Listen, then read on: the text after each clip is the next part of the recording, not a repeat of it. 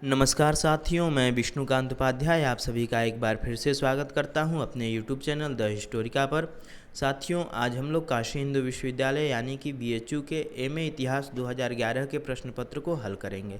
इससे पहले हम लोग 2010 और 2017 के प्रश्न पत्र को हल कर चुके हैं और आज हम आप लोगों के सामने 2011 के प्रश्न पत्र को लेकर उपस्थित हो रहे हैं। तो चलिए हम लोग देखते हैं कि आज के यानी कि 2011 के प्रश्न पत्र का सबसे पहला प्रश्न कौन सा है।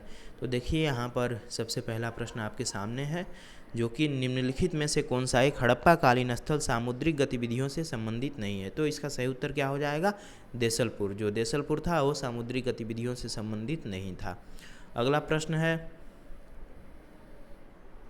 हड़प्पा कालीन सभ्यता मुख्यतः निम्नलिखित में से किन प्रदेश में केंद्रीभूत थी? तो इसका सही उत्तर क्या हो जाएगा? गुजरात, हरियाणा एवं उत्तर प्रदेश। इसका सही उत्तर हो जाएगा गुजरात, हरियाणा एवं उत्तर प्रदेश। अगला प्रश्न है, निम्नलिखित में से किस संदर्भ में हड़प्पा युगीन स्थलों में सुस्पष्ट एकरूपता पाई जाती है? तो इसका सही उत्तर नगर नियोजन हो जाएगा। नगर नियोजन में एकरूपता पाई जाती है हड़प्पा काल में। अगला प्रश्न है, मृदपात्र रहित नवपाषाणिक स्तर प्रकाश में आया है। तो इसका सही उत्तर गुप्तकाल हो जाएगा। गुप्तकाल से मृदपात्र रहित नवपाषाणिक स्तर प्राप्त किया गया है। अगला प्रश्न है, ऋग्वैदिक सभ्यता का मुख्य केंद्र बिंदु कौन सा था? तो इसका सही उत्तर पंजाब एवं दिल्ली हो जाएगा। क्या हो जाएगा? पंजाब एवं दिल्ली। अगला प्रश्न है, वैदिक राजाओं द्वारा प्रजा से वसूले जाने वाला कर कौन सा था? तो उस कर का नाम बलि था, यानी कि वैदिक राजाओं द्वारा प्रजा से बलि नामक कर वसूला जाता था। कौन सा उत्तर वैदिक कालीन राज्य महत्वपूर्ण नहीं था? तो इसका सही उत्तर गांधार हो जाएगा। जो गांधार था वो राज्य जो था उत्तर वैदिक कालीन राज्य था और यह ज़्यादा महत्वपूर्ण नहीं था। अगला प्रश्न है, निम्न में से किस वैदिक साहित्य में मोक्ष की चर्चा मिलती है? तो इसका सही उत्तर उपनिषद हो जाएगा। उपनिषदों से हमें मोक्ष की चर्चा प्राप्त होती है। महाभारत के अनुसार उत्तरी पांचाल की राजधानी स्थित थी। तो इसका सही उत्तर अहिछत्र हो जाएगा। जो अहिछत्र है वहाँ पर उत्तरी पांचाल की राजधानी स्थित थी।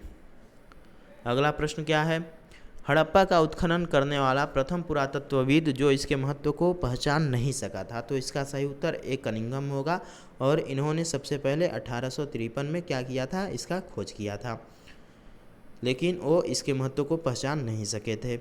अगला प्रश्न है, नचिकेता आख्यान का उल्लेख मिलता है। तो इसका सही उत्तर कठोपनिषद हो जाएगा, जिसमें कि यम और नचिकेता के संवाद का वर्णन प्राप्त होता है। अगला प्रश्न है, निम्नलिखित वंशों में कौन एक संगम युगीन वंश नहीं था? तो इसका सही उत्तर क्या हो जाएगा? चेर, चोल और पांड्य जो थे ये संगम युगीन वंश थे और जो पल्लव थे ये संगम युगीन वंश नहीं थे। अगला प्रश्न है, संगम युगीन तमिलों का सर्वाधिक लोकप्रिय क्या था? तो मुरुगन। जो मुरुगन थे इनके सर्वाधिक लोकप्रिय देवता थे। अगला प्रश्न है, निम्नलिखित में से कौन एक संगम काल में प्रचलित नहीं थी? तो इसका सही उत्तर क्या हो जाएगा? इसका सही उत्तर आपका पहला नंबर का हो जाएगा, यानी कि दास प्रथा जो थी वो संगम काल में प्रचलित नहीं थी। अगला प्रश्न है, निम्नलिखित में से कौन संगम युग का एक सुपरिचित कृषि उत्पाद नहीं था? तो गेहूं नहीं था और चावल, गन्ना तथा हल्दी की जो खेती होती थी वो संगम काल में बहुत ज़्यादा ही मात्रा में होती थी। अगला प्रश्न है, किस शासन के शासनकाल में महायान संप्रदाय औपचारिक रूप से उभरा? तो इसका सही उत्तर कनिष्क हो जाएगा। कनिष्क के समय में ही जो बौद्ध धर्म था वो दो भागों में विभाजित हो गया था, हीनयान और महायान। अगला प्रश्न क्या है, बुद्ध के प्रवचनों का संकलन धम्मपद किस ग्रंथ का अंग है? तो इसका सही उत्तर सुत्त पिटक हो जाएगा। सुत्त पिटक में ही धम्मपद संकलित है, जिसमें कि बुद्ध के प्रवचन दिए गए हैं। जातकों में लगभग कितनी कथाएं हैं? तो 500 कथाएं हैं, जो इसीलिए कहा जाता है कि 500 जातक कथाएं। अगला प्रश्न क्या है, जब गौतम बुद्ध का निर्वाण हुआ उनके साथ उनके कौन शिष्य थे? तो गौतम बुद्ध के मृत्यु के समय उनके साथ आनंद जो थे वो उनके साथ थे। अगला प्रश्न है, दक्कन में बौद्ध धर्म के महानतम केंद्र हैं, यानी कि दक्कन में बौद्ध धर्म के महानतम केंद्रों को बताना है। तो इसका सही उत्तर अमरावती एवं नागार्जुन कोंडा हो जाएगा। अगला प्रश्न क्या है, महावीर ने अपनी अंतिम सांसें कहाँ ली थी? तो इसका सही उत्तर पावापुरी हो जाएगा। अगला प्रश्न है, निम्नलिखित शासक वंशों में किस एक ने जैन धर्म को राज्याश्रय प्रदान नहीं किया था? तो इसका सही उत्तर क्या हो जाएगा? इसका सही उत्तर आपका सातवाहन हो जाएगा। यानी कि चालुक्य, गंग और राष्ट्रकूटों ने जैन धर्म को राज्याश्रय प्रदान किया था और सातवाहनों ने क्या किया था? जैन धर्म को राज्याश्रय प्रदान नहीं किया था। अगला प्रश्न है आपका, किस जैन भिक्षु के नेतृत्व में जैन समुदाय का बड़ा भाग 4वीं शताब्दी ईस्वी पूर्व में मगध से श्रवणबेल गोला गया था? तो इसका सही उत्तर भद्रबाहु हो जाएगा। क्या सही उत्तर हो जाएगा? भद्रबाहु। अगला प्रश्न है, महावीर के पश्चात जैन धर्म के महान गुरु या संत कौन थे? तो इसका सही उत्तर संभूति विजय हो जाएगा। क्या हो जाएगा? संभूति विजय जो थे वो महावीर के बाद जैन धर्म के महान गुरु के रूप में जाने गए। अब अगला प्रश्न हम लोग देखते हैं, निम्नलिखित में से किसे सर्वश्रेष्ठ जैन विद्वान के रूप में स्वीकार किया गया है? तो इसका सही उत्तर हेमचंद्र हो जाएगा। जो हेमचंद्र थे ये प्रसिद्ध जैन विद्वान के रूप में जाने जाते हैं। अगला प्रश्न है, बौद्ध, हिंदू एवं जैन शैलकृत गुफाएं पाई जाती हैं, यानी कि जिसमें कौन सी ऐसी गुफा है जिसमें कि बौद्ध, हिंदू एवं जैन तीनों धर्म से संबंधित जानकारियां हमें मिलती है? तो इसका सही उत्तर आपका क्या हो जाएगा? एलोरा में। कहाँ पे? इसका सही उत्तर हमें एलोरा में इसके बारे में जानकारी मिलती है। अब अगला प्रश्न क्या है, किसने अशोक के शिलालेख एवं उनकी ब्राह्मी लिपि खोजी थी? तो इसका सही उत्तर जेम्स प्रिंसेप हो जाएगा। और कब खोजी थी ये आप लोग हमें कमेंट के माध्यम से ज़रूर बताइएगा। चलिए अगले प्रश्न को देखते हैं, निम्नलिखित में से कौन एक अशोक द्वारा प्रसारित नहीं था? यानी कि यहाँ पे कुछ अभिलेखों के या शिलालेखों के नाम दिए गए हैं और पूछा गया है कि इसमें से कौन सा एक ऐसा अभिलेख या शिलालेख था जो अशोक के द्वारा नहीं प्रसारित किया गया था? तो इसका सही उत्तर जूनागढ़ हो जाएगा। जूनागढ़ को किसने प्रसारित किया था? रुद्रदामन ने। किसने किया था? रुद्रदामन ने। ठीक है। अब अगला प्रश्न हम लोग देखते हैं, किस कृति में आपको विवरण प्राप्त होता है कि चंद्रगुप्त ने कौटिल्य की सहायता से नंदों को अपदस्थ किया था? तो इसका सही उत्तर मुद्रा राक्षस हो जाएगा। मुद्रा राक्षस के लेखक कौन हैं? आप लोग हमें कमेंट के माध्यम से जरूर बताइएगा। अब अगला प्रश्न क्या है, अशोक का धर्म मूलतः क्या था? यानी कि अशोक का जो धर्म था वो मूलतः रूप से क्या था? तो सामाजिक एवं नैतिक अवधारणा जो था वो अशोक का मूलतः धर्म था। अगला प्रश्न है कि मौर्यकालीन सरकारी भवनों का निर्माण किससे होता था? तो इसका सही उत्तर लकड़ी से होता था। मौर्यकालीन अध्ययन शिक्षा का सर्वाधिक प्रसिद्ध केंद्र था? तो इसका सही उत्तर तक्षशिला हो जाएगा। जो तक्षशिला था वो मौर्यकालीन शिक्षा का सर्वाधिक प्रसिद्ध केंद्र के रूप में जाना जाता था। अगला प्रश्न है, सारनाथ वाले अशोक स्तंभ में कौन सा पशु उत्कीर्ण नहीं है? तो इसका सही उत्तर हिरण हो जाएगा। जो हिरण है उस पर उत्कीर्ण नहीं है।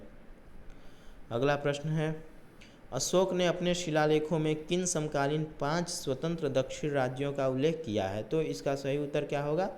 इसका सही उत्तर आपका चोल, पांड्य, सत्यपुत्र, केरलपुत्र एवं ताम्रपर्णी होगा। अगला प्रश्न है, नटराज की प्रसिद्ध कांस्य मूर्ति एक उत्कृष्ट उदाहरण है? तो ये चोल कला का उत्कृष्ट उदाहरण है। अगला प्रश्न है, गुप्तकालीन सिक्के प्रायः किस धातु के होते थे? तो ये स्वर्ण के होते थे। कहीं कहीं चांदी का भी हमें जानकारी मिलता है। अब अगला प्रश्न है, कुछ विद्वानों ने गुप्तोत्तर काल मुद्रा अर्थव्यवस्था के पतन की व्याख्या करते हुए इसे द्योतक माना है। तो सामंतवाद का उदय, यानी कि जो मुद्रा अर्थव्यवस्था का पतन का जो व्याख्या किया गया है तो उसका सबसे प्रमुख कारण किसको माना गया है? तो सामंतवाद के उदय का। चलिए अगले प्रश्न को देखते हैं, निम्नलिखित में से किस एक नगरीय केंद्र का गुप्तकाल एवं उसके उपरांत पतन नहीं हुआ? तो इसका सही उत्तर मथुरा हो जाएगा। अगला प्रश्न है, प्राचीन भारतीय शब्दावली में स्त्री धन क्या था? तो स्त्री धन जो था यानी कि माता से उत्तराधिकारी में प्राप्त जो संपत्ति होती थी उसको स्त्री धन कहा जाता था। अगला प्रश्न है, किन ग्रंथों में सती होने को एक जघन्य अपराध माना गया है? तो इसका सही उत्तर स्मृति चंद्रिका एवं हर्षचरित होगा। चलिए हम लोग अगले प्रश्न को देखते हैं, पूर्व मध्यकाल में विदेशी या प्रवासी निम्नलिखित में से किस एक से संबंध थे? यानी कि मल्लेच्छ, जो विदेशी या प्रवासी होते थे उनको पूर्व मध्यकाल में मल्लेच्छों के नाम से जाना जाता था। अगला प्रश्न है, मोहम्मद गौरी के सेना द्वारा पराजित बंगाल का शासक कौन था? तो इसका सही उत्तर लक्ष्मण सेन हो जाएगा। जो लक्ष्मण सेन था उसको मोहम्मद गोरी की सेनाओं ने पराजित किया था। अगला प्रश्न है, उज्जैन के महाकाल के मंदिर को विध्वंस करने वाला प्रथम मध्ययुगीन सुल्तान कौन था? तो इसका सही उत्तर इल्तुतमिश हो जाएगा। क्या होगा? इल्तुतमिश। चलिए अगले प्रश्न को देखते हैं। ऐबक द्वारा पराजित बुंदेलखंड का शासक था? तो इसका सही उत्तर परमार्दी देव होगा। जो परमार्दी देव था इसको कुतुबुद्दीन ऐबक ने पराजित किया था और यह चंदेल वंश का राजा था। अगला प्रश्न है, निम्नलिखित सूफी संतों में कौन अजमेर में स्थित हो गए? तो शेख मोइनुद्दीन चिश्ती जो हैं इनका मकबरा अजमेर में ही स्थित है और ये अजमेर में ही स्थित हो गए थे।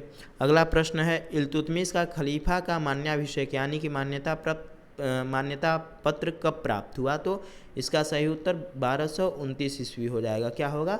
1229 ईस्वी में इसको खलीफा के द्वारा मान्यता प्राप्त हुआ। किसको? इल्तुतमिश को। अगला प्रश्न है, किस यानी कि दिल्ली के किस सुल्तान ने विस्तार के स्थान पर सुदृढ़ीकरण की नीति अपनाई थी? तो इसका सही उत्तर बलबन हो जाएगा। यानी कि बलबन ने क्या किया कि राज्य को विस्तार न करके जितना राज्य था उसी को सुदृढ़ बनाया, संगठित बनाया। अब अगला प्रश्न है, मध्यकालीन भारत के निम्नलिखित संतों में किसका जन्म प्रयाग में हुआ था? तो इसका सही उत्तर रामानंद हो जाएगा। जो रामानंद हैं इनका जन्म प्रयागराज में हुआ था यानी कि इलाहाबाद में हुआ था। अगला प्रश्न है, इल्तुतमिश के उत्तराधिकारी के रूप में उसके तुरंत बाद कौन शासक बना था? तो इसका सही उत्तर क्या हो जाएगा? रुकनुद्दीन फिरोज। यानी कि जो रुकनुद्दीन फिरोज थे ये इल्तुतमिश के मृत्यु के तुरंत बाद शासक बने थे। अब अगला प्रश्न है, अलाउद्दीन खिलजी के शासनकाल में भू राजस्व की दर क्या थी? तो इसका सही उत्तर उत्पादन का 50% जो थी वो भू राजस्व दर थी अलाउद्दीन खिलजी के समय में।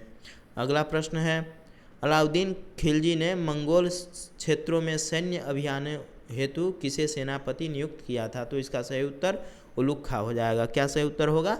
उलुग खा। अगला प्रश्न है, अलाउद्दीन खिलजी के सेना के समक्ष समर्पण करने वाला देवगिरी का शासक कौन था? तो ये रामचंद्र देव था। बाद में इसको क्या बोलते हैं कि अलाउद्दीन खिलजी ने अपना मित्र भी बना लिया था।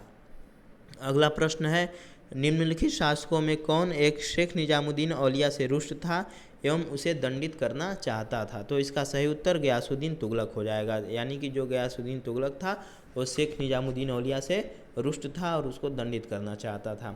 अगला प्रश्न है, दिल्ली के किस सुल्तान ने खलीफा का पदवी धारण किया था? तो इसका सही उत्तर कुतुबुद्दीन मुबारक खिलजी ने क्या किया था? खलीफा की उपाधि धारण की थी।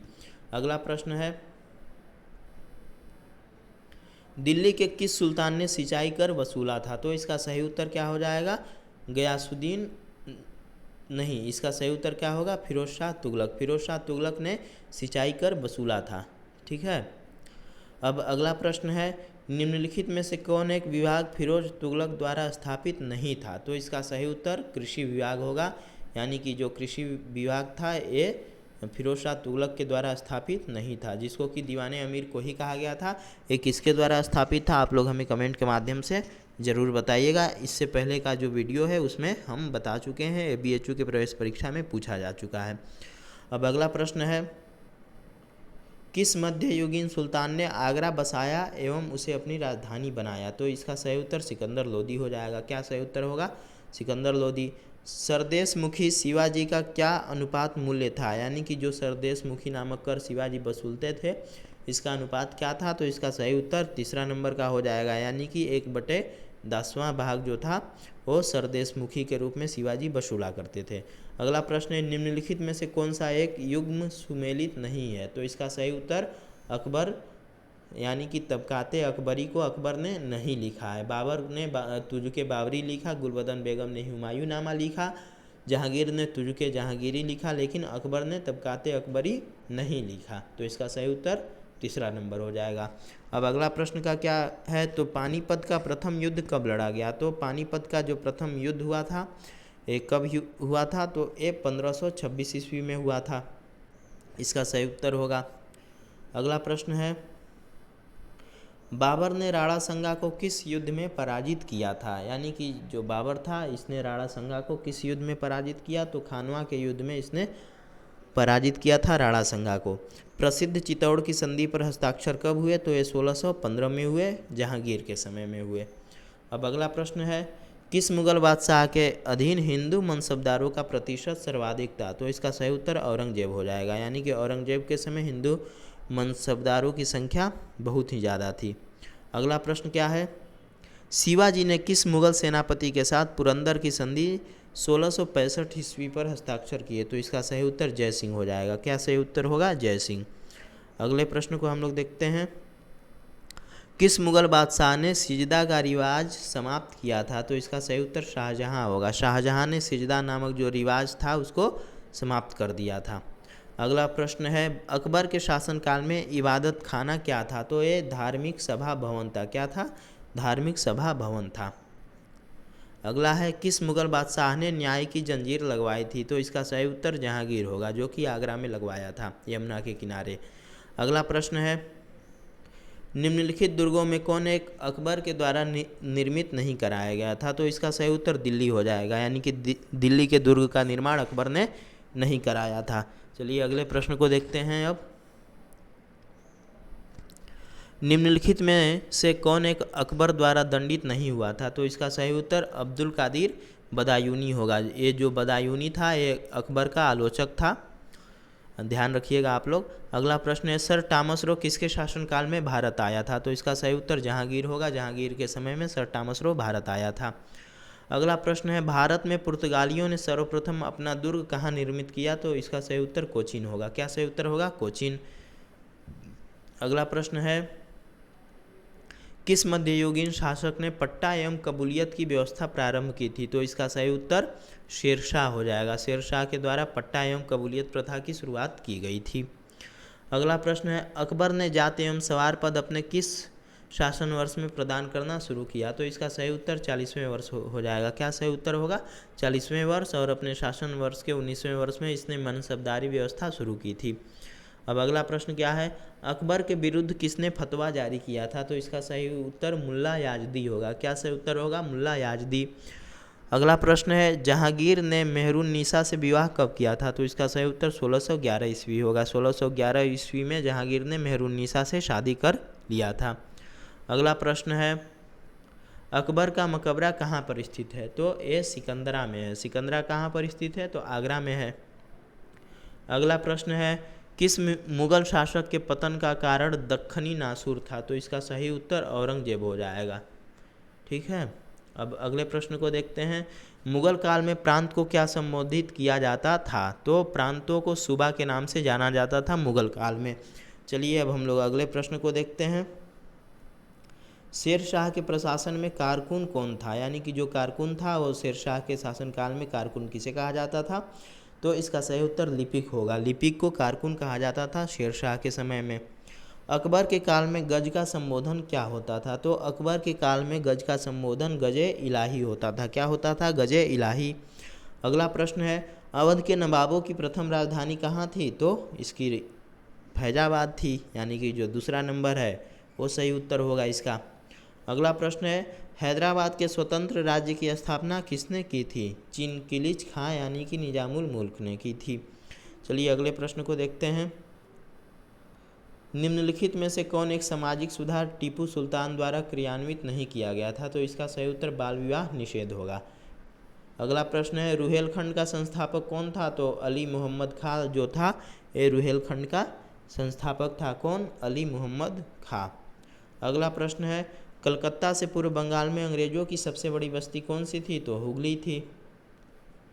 ये दो बार पूछा जा चुका है। अभी तक हम लोग 2010 और 2017 के प्रश्न पत्र को हल किए हैं, और उन दोनों साल ही इस प्रश्न को पूछा गया है। और देखिए 2010 में भी पूछा गया, फिर 2011 में भी पूछा गया है। अगला प्रश्न है, अस्थाई बंदोबस्त के उपरांत जमींदारों द्वारा वसूले गए भू राजस्व का कुल कितना प्रतिशत ईस्ट इंडिया कंपनी के द्वारा लिया जाता था? तो इसका सही उत्तर 89 होगा, यानी कि 89%। अगला प्रश्न है, 1857 की क्रांति को निम्नलिखित में से किसने भारत का प्रथम स्वतंत्रता संग्राम कहा है? तो इसका सही उत्तर वी.डी. सावरकर होगा, यानी कि जो विनायक दामोदर सावरकर थे इन्होंने 1857 की क्रांति को भारत का प्रथम स्वतंत्रता संग्राम कहा। अगला प्रश्न है, रामचंद्र पांडुरंग किसका वास्तविक नाम था? तो इसका सही उत्तर तात्या टोपे हो जाएगा, यानी कि तात्या टोपे का जो वास्तविक नाम था वो रामचंद्र पांडुरंग था। अगला प्रश्न है बिहार में प्रांतीय किसान सभा की स्थापना किसने की थी? तो इसका सही उत्तर सहजानंद सरस्वती हो जाएगा। अगला प्रश्न है भारत में साम्यवादी विचारधारा का संस्थापक किसे माना जाता है? तो इसका सही उत्तर क्या होगा? एन.एम. रॉय। एन.एम. रॉय को भारत में साम्यवादी विचारधारा का संस्थापक माना जाता है। कांग्रेस की प्रथम फुट कहाँ हुई थी? तो यह सूरत में हुई थी। अगला प्रश्न है कांग्रेस तथा मुस्लिम लीग के मध्य लखनऊ समझौते पर हस्ताक्षर कब हुए? तो इसका सही उत्तर 1916 होगा। और उस समय क्या बोलते हैं, कांग्रेस का जो अध्यक्ष था शायद अंबिकाचरण मजूमदार थे। अब चलिए हम लोग अगले प्रश्न को देखते हैं। आज़ाद हिंद फौज का सरकार का मुख्यालय कहाँ था? तो इसका सही उत्तर सिंगापुर हो जाएगा। यानी कि आज़ाद हिंद फौज का जो मुख्यालय था वो सिंगापुर में स्थित था। अगला प्रश्न है आधुनिक भारत का जनक किसे कहा जाता है? तो इसका सही उत्तर राजा राम मोहन राय होगा। यानी कि राजा राम मोहन राय को आधुनिक भारत का जनक माना गया है। अगला प्रश्न है किसकी नीति गोद निषेध नीति कहलाती है? तो इसका सही उत्तर डलहौजी हो जाएगा। यानी कि जो डलहौजी की नीति है उसको गोद निषेध नीति कहा जाता है। अगला प्रश्न है एशियाटिक सोसाइटी ऑफ बंगाल का संस्थापक कौन था? तो सर विलियम जोन्स जो था वो एशियाटिक सोसाइटी ऑफ बंगाल का संस्थापक था। अगला प्रश्न है तार सेवा से संबंध होने वाले सर्वप्रथम 2 शहर कौन थे? तो आगरा एवं जो कोलकाता थे ये तार सेवा से संबंध होने वाले पहले 2 शहर थे। यानी कि तार सेवा आगरा और कोलकाता के मध्य सबसे पहली बिछाई गई थी। अगला प्रश्न है प्रार्थना समाज की स्थापना किसने की थी? तो इसका सही उत्तर आत्माराम पांडुरंग होगा। और एक और है केशव चंद्र सेन। यानी कि जो केशव चंद्र सेन, इससे पहले भी ये प्रश्न पूछा जा चुका है। अलीगढ़ में एंग्लो ओरिएंटल कॉलेज की स्थापना कब हुई? तो इसका सही उत्तर 1877 हो जाएगा। क्या सही उत्तर होगा? 1877 ईस्वी में। औपनिवेशिक भारत में विधवा पुनर्विवाह सुधार अधिनियम कब पारित हुआ? तो इसका सही उत्तर 1856 ईस्वी हो जाएगा। 1857 के क्रांति के दौरान आंग्ल गवर्नर जनरल कौन था? तो इसका सही उत्तर आपका कैनिंग हो जाएगा। क्या सही उत्तर होगा? कैनिंग इसका सही उत्तर हो जाएगा। चलिए अगले प्रश्न को देखते हैं। गांधी इरविन समझौते पर हस्ताक्षर कब हुए थे? तो इसका सही उत्तर 5 मार्च 1931 ईस्वी हो जाएगा। अगला प्रश्न है इंडियन अनरेस्ट की रचना किसने की थी? तो जो वैलेंटाइन शिरोल थे इन्होंने ही इंडिया अनरेस्ट की रचना किया था। अगला प्रश्न है व्यक्तिगत सत्याग्रह करने वाला प्रथम व्यक्ति कौन था? तो इसका सही उत्तर विनोबा भावे हो जाएगा। विनोबा भावे ने ही सबसे पहले व्यक्तिगत सत्याग्रह किया था। अगला प्रश्न है प्रत्यक्ष कार्यवाही दिवस मुस्लिम लीग के द्वारा कब मनाया गया था? तो इसका सही 16 अगस्त हो जाएगा। क्या होगा सही उत्तर? 16 अगस्त। अब हम लोग अगले प्रश्न को देखते हैं। द फिलॉसफी ऑफ बम के लेखक कौन है? तो भगवती चरण बोहरा जो हैं वो द फिलॉसफी ऑफ बम के लेखक हैं। मोपिला कृषकों ने कब विद्रोह किया था? तो इसका सही उत्तर 1921 हो जाएगा। क्या सही उत्तर होगा? 1921 ईस्वी में मोपिला जो किसान थे इन्होंने क्या बोलते हैं कि विद्रोह किया था। अगला प्रश्न है अवध क्षेत्र के कृषक नेता बाबा रामचंद्र निवासी थे? तो ये महाराष्ट्र के निवासी थे। कहाँ के निवासी थे? महाराष्ट्र के थे। हिंदुस्तान रिपब्लिकन एसोसिएशन की स्थापना कब हुई थी? तो 1924 में हुई थी। अगले प्रश्न को देखते हैं। निम्नलिखित में कौन प्रसिद्ध काकोरी षड्यंत्र कांड में फांसी से बच गया था? तो इसका सही उत्तर चंद्रशेखर आज़ाद हो जाएगा। चंद्रशेखर आज़ाद जो थे एक काकोरी षड्यंत्र कांड के फांसी से बच गए थे। अगला प्रश्न है अप्रैल 8, 1929 ईस्वी में किसने केंद्रीय विधानसभा में बम फेंका था? तो इसका सही उत्तर क्या हो जाएगा? इसका सही उत्तर आपको पहला नंबर का हो जाएगा। भगत सिंह एवं बटुकेश्वर दत्त के द्वारा बम फेंका गया था। अगला प्रश्न है सीमांत गादी के संगठन को किस नाम से जाना जाता है? तो खुदाई खिदमत गार के नाम से सीमांत गांधी यानी कि खान अब्दुल गफ्फार खान के संगठन को जाना जाता है। अगला प्रश्न है भारतीय तिरंगे को फहराने वाली प्रथम महिला कौन थी? तो इसका सही उत्तर भिखाजी कामा हो जाएगा। अगला प्रश्न है भारतीय राष्ट्रीय कांग्रेस की स्थापना जिस वायसराय के काल में हुई थी वह कौन था? तो इसका सही उत्तर लॉर्ड डफरिन हो जाएगा। डफरिन के समय में भारतीय राष्ट्रीय कांग्रेस की स्थापना की गई थी। चलिए अगले प्रश्न को देखते हैं। भारतीय राष्ट्रीय कांग्रेस का प्रथम मुस्लिम अध्यक्ष कौन था? तो इसका सही उत्तर बदरुद्दीन तैयब जी हो जाएगा। क्या सही उत्तर होगा? बदरुद्दीन तैयब जी। अगला प्रश्न है, हिंद स्वराज पुस्तक मूलतः जिस भाषा में लिखी गई है वह है, तो गुजराती भाषा में हिंद स्वराज को लिखा गया है। हिंद स्वराज किसकी रचना है, आप लोग हमें कमेंट के माध्यम से ज़रूर बताइएगा। निम्नलिखित क्रांतिकारियों में से किसे इलाहाबाद जेल में फांसी पर लटकाया गया था, तो इसका सही उत्तर रोशन सिंह होगा। रोशन सिंह को इलाहाबाद के जेल में फांसी पर लटका दिया गया था। अगला प्रश्न है, निम्नलिखित मुगल शासकों में से किसने राजा राममोहन राय को अपने दूत के रूप में लंदन भेजा था, तो इसका सही उत्तर अकबर द्वितीय हो जाएगा। अकबर द्वितीय का दूत बनकर राजा राममोहन राय विदेश में गए हुए थे। अगला प्रश्न है, यूरोप में पुनर्जागरण का प्रारंभ कहाँ हुआ, तो इसका सही उत्तर इटली के फ्लोरेंस नगर से क्या बोलते हैं पुनर्जागरण का प्रारंभ होता है। अब अगला जो प्रश्न है, प्रेज ऑफ फैली किसने लिखा, तो इसका सही उत्तर इरेस्मस हो जाएगा। इरेस्मस ने प्रेज ऑफ फैली की रचना की। अगला प्रश्न क्या है, प्रसिद्ध कृति डेकामरान की रचना किसने की, तो इसका सही उत्तर बोकाचियो हो जाएगा। बोकाशियो कहीं कहीं नाम मिलता है। अगला प्रश्न क्या है, सिस्तान चैपल के चित्रांकन के लिए कौन प्रसिद्ध है, यानी कि सिस्तान की गिरजा घर के दीवारों पर जो चित्र चित्रित किया गया है उसको किसने किया है, तो इसका सही उत्तर माइकल एंजेलो हो जाएगा। क्या होगा इसका सही उत्तर, माइकल एंजेलो। अगला प्रश्न है, निम्नलिखित में से कौन सर्वाधिक प्रारंभिक सुधारक था, तो इसका सही उत्तर जॉन वाइक्लिफ हो जाएगा, जिसे कि प्रातःकालीन तारा भी कहा जाता है।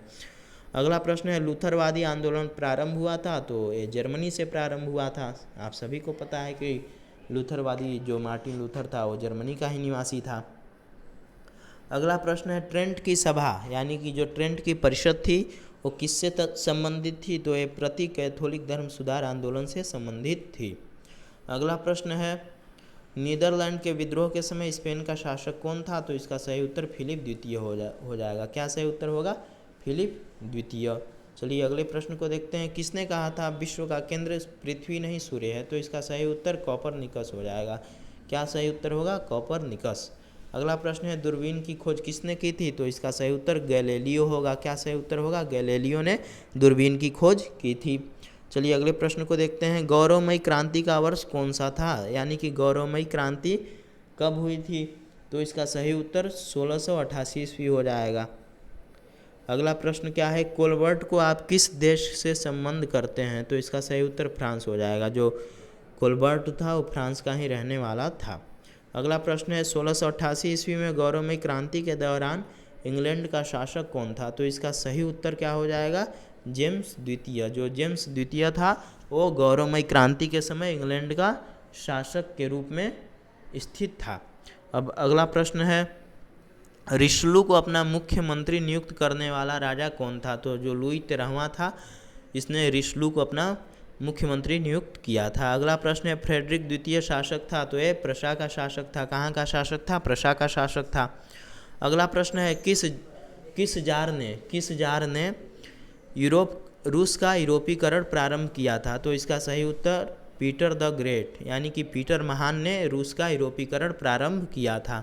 अगला प्रश्न है, सत्ता के पृथकीकरण के सिद्धांत से किसका नाम संबंधित है, तो इसका सही उत्तर क्या हो जाएगा, मॉन्टेस्क्यू ने सत्ता के पृथकीकरण का सिद्धांत दिया था। अगला प्रश्न है, द सोशल कॉन्ट्रैक्ट का लेखक कौन है, तो रूसो ने द सोशल कॉन्ट्रैक्ट लिखा था। अगला प्रश्न क्या है, प्रसिद्ध टेनिस कोर्ट की जो शपथ हुई थी या घटना हुई थी वो कब हुई थी, तो इसका सही उत्तर आपका क्या बोलते हैं कि 20 जून 1789 ईस्वी में हुआ था। अगला प्रश्न है, नेशनल कन्वेंशन की अवधि में निम्नलिखित में से अतिवादी खेमे का सदस्य नहीं था, तो जो मिराबू था वो अतिवादी खेमे का सदस्य नहीं था। अगला प्रश्न है, नेपोलियन का जन्म कहाँ हुआ था, तो कोर्सिका द्वीप पे जो है वो नेपोलियन का जन्म हुआ था। चलिए अब अगले प्रश्न को देखते हैं, कौन सा युद्ध नासुर प्रमाणित हुआ तथा नेपोलियन के पतन को गति प्रदान कर दी, तो इसका सही उत्तर स्पेनी, यानी कि स्पेन की जो लड़ाई हुई थी नेपोलियन से वो नेपोलियन के पतन में गति प्रदान कर दिया था। अब अगला प्रश्न हम लोग देखते हैं, वियना सम्मेलन में सम्मिलित निम्नलिखित कूटनीतिज्ञों में से कौन फ्रांसीसी प्रतिनिधि था, तो इसका सही उत्तर तलेरा हो जाएगा, यानी कि जो तालेरा थे ये फ्रांस का प्रतिनिधित्व कर रहे थे वियना सम्मेलन में। अब अगला प्रश्न है 1830 की क्रांति प्रारंभ होने के समय फ्रांस का शासक कौन था? यानी कि जब 1830 की क्रांति शुरू हुई उस समय फ्रांस का शासक कौन था? तो लुई 17वां था। कौन था? लुई 17वां था, नहीं लुई 18वां था। अब अगला प्रश्न है यंग इटली का संस्थापक कौन था? तो यंग इटली का संस्थापक जो था वो मेजनी था। मेजनी को यंग इटली का संस्थापक माना जाता है। अगले प्रश्न को देखते हैं वुडरो विल्सन प्रथम विश्व युद्ध के उपरांत के विचारों को किस नाम से जाना जाता है? यानी कि जो वुडरो विल्सन का विचार था उसको किस नाम से जाना जाता है? तो 14 सूत्रीय विचार के नाम से जाना जाता है। अगले प्रश्न को देखते हैं 1848 की क्रांति के बाद फ्रांस का राष्ट्रपति कौन बना? तो लुई नेपोलियन जो था वो 1848 की क्रांति के बाद क्या बोलते हैं कि फ्रांस का राष्ट्रपति बना था। कौन बना था? Louis Napoleon. अब हम लोग अगले प्रश्न को देखते हैं national socialist German workers party अथवा नात्सी दल का गठन कब हुआ था? तो नात्सी दल का जो गठन हुआ था ये 1920 ईस्वी में हुआ था। चीन में मांचू वंश का अंत कब हुआ? तो इसका सही उत्तर 1911 ईस्वी में क्या हुआ? जो मांचू राजवंश था उसका पतन हो गया। अगला प्रश्न है लेनिन का वास्तविक नाम क्या था? तो लेनिन का वास्तविक नाम व्लादिमीर यूलिनोव, यानी कि व्लादिमीर यूलिनोव जो था वो लेनिन का वास्तविक नाम था। अब अगला प्रश्न है महान मुद्रास्फीति के प्रभावों को निर्मूल करने हेतु संयुक्त राज्य अमेरिका की नीति क्या थी? तो इसकी नीति जो थी वो न्यू डील की नीति थी। ठीक है, अब अगले प्रश्न को देखते हैं जो कि आखिरी प्रश्न है 2011 के प्रश्न पत्र का।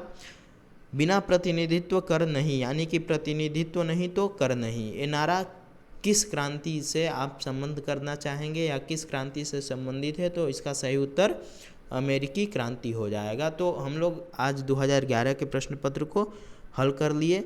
आप लोग हमारी वीडियो को ज़्यादा से ज़्यादा शेयर कीजिए ताकि यह जानकारी ज़्यादा से ज़्यादा लोगों तक पहुंच सके और उनको लाभ मिल सके।